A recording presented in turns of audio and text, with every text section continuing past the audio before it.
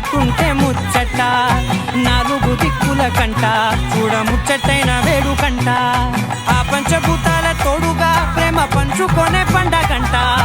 6 గలల నిండుగా ఇది 100 ఏళ్ల పచ్చని పంట